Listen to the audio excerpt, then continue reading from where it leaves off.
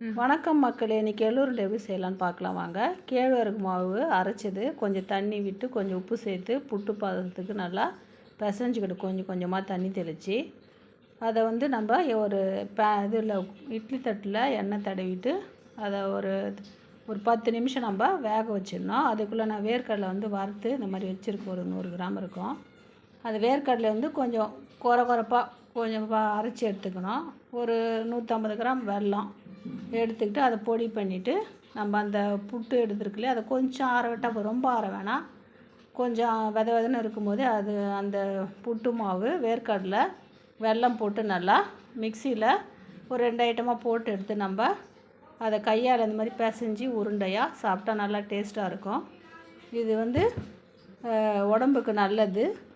Subscribe பண்ணுங்கள், like பண்ணுங்கள், share பண்ணுங்கள். தேங்க்யூ.